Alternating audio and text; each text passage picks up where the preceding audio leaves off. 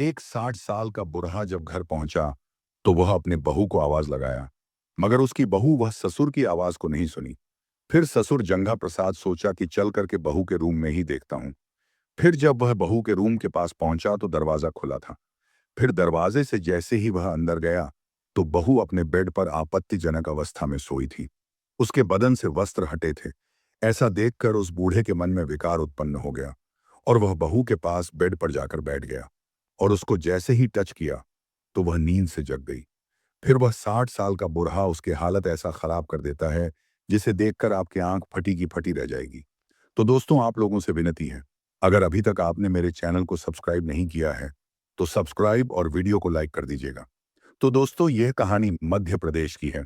जो जंघा प्रसाद के बेटे राहुल की शादी हुए 15 महीने हुए थे और घर में जो भी रुपए थे सब सारे खर्च हो गए, क्योंकि शादी में बहुत रुपया लग गया था।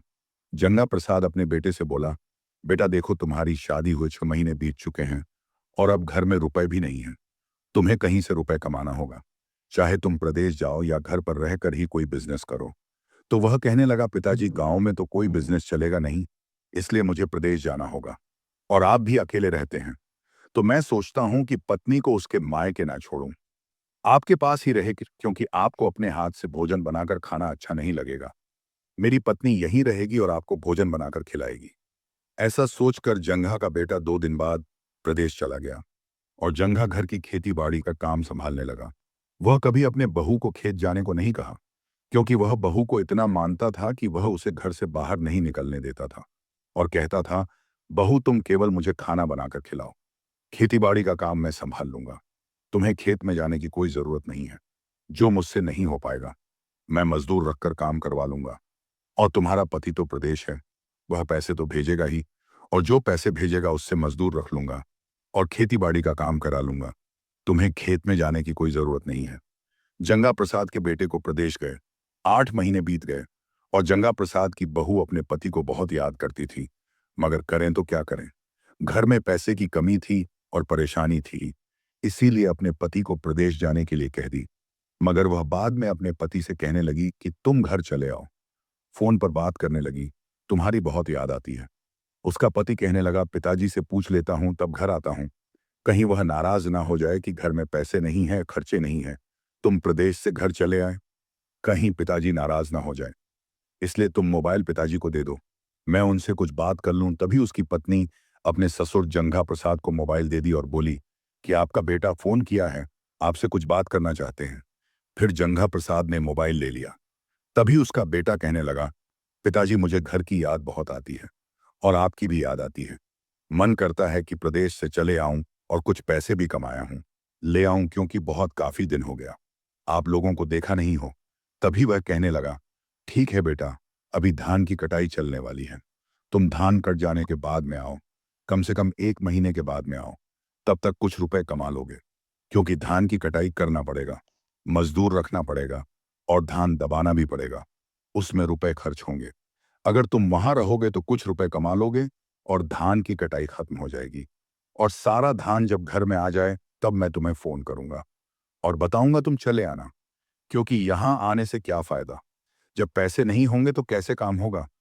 तभी जंगा प्रसाद का बेटा बोला, ठीक है पिताजी, जब आप फोन करोगे तभी मैं आऊंगा। ऐसा कह करके उसने कॉल को कट कर दिया। तभी जंगा प्रसाद अपने बहू का मोबाइल उसके हाथ में दे दिया।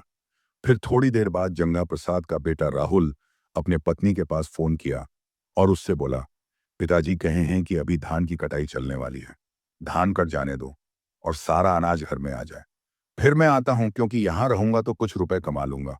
बस 1 महीने की तो बात है, तुम चिंता मत करो, मैं 1 महीने के अंदर ही घर आ जाऊंगा, ऐसा उसने अपने पत्नी से कहा।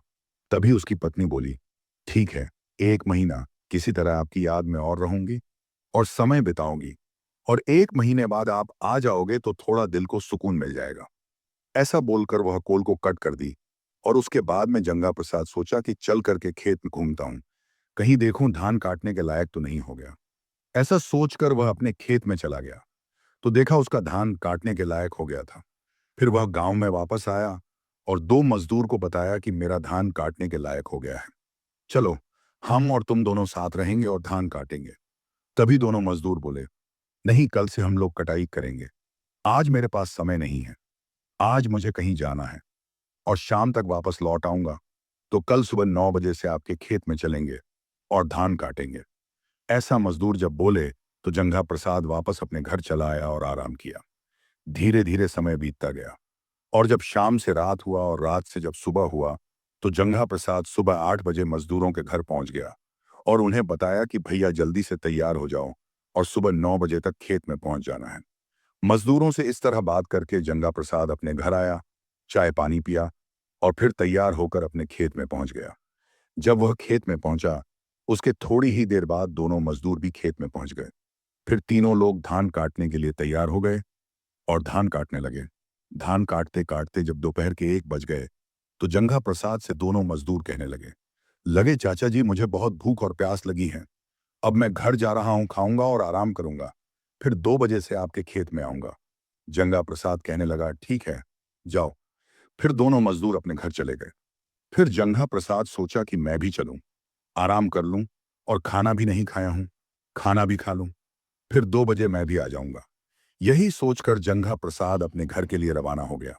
जब वह घर पहुंचा और नल पर गया, अपना हाथ पैर और मुंह हो या उसके बाद में लोटे में पानी भरा और फिर घर के अंदर गया और बहू को आवाज लगाने लगा, मगर बहू कुछ भी नहीं बोली। वह गहरी नींद में सोई थी। तब वह सोचा, लगता है बहू किसी के घर तो नहीं गई है, वह किसी के घर जाती भी नहीं है, आखिर में बोल क्यों नहीं रही है। ऐसा सोचकर जंगा प्रसाद बहू के बेडरूम में गया, तो बहू आपत्तिजनक अवस्था में लेटी हुई थी। उसके बदन से वस्त्र हटे थे। ऐसा देखकर जंगा प्रसाद के मन में विकार उत्पन्न हो गया और वह बहू के बगल बेड पर जाकर बैठ गया और उसकी उंगली पकड़कर उसे जगाने लगा। तभी वह अचानक जागी और ससुर को देखी कि ससुर मेरे बगल बेड पर बैठे हैं। ऐसा देखकर वह हैरान हो गई और वह उठी और तुरंत किचन में गई और खाना परोसकर थाली लेकर आई और अपने ससुर को दी और ससुर बहू के बेड पर बैठकर ही भोजन करने लगा। फिर बहू भी आकर अपने बेडरूम में बेड के बगल एक कुर्सी पर बैठ गई और ससुर उसे प्यार भरी नजरों से देखने लगा। बहू भी अपने ससुर सुर को देखकर हैरान हो गई। फिर धीरे धीरे समय बीतता गया। रात हुआ और जब रात हुआ तो बहू अपने बेडरूम में सोई थी।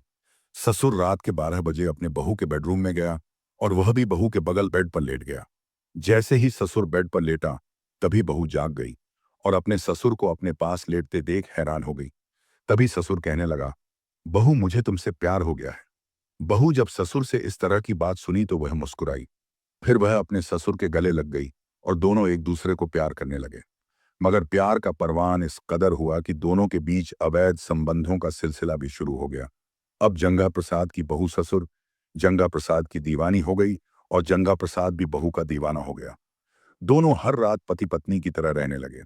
उधर जंगा प्रसाद का बेटा प्रदेश में था, जबकि उसकी पत्नी को 5 दिन हो गया अपने पति से बात किए हुए।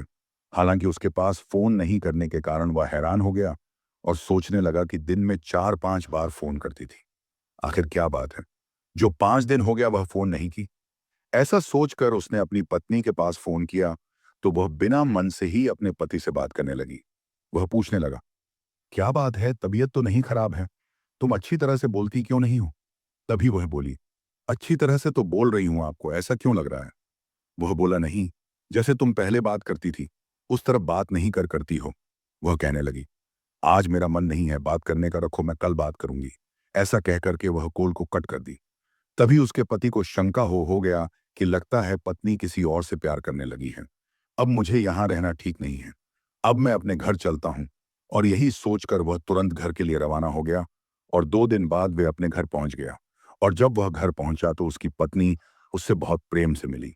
मेरे पति को मेरे बारे में शंका ना हो, यही सककर वह अपने पति से बहुत प्रेम से मिली।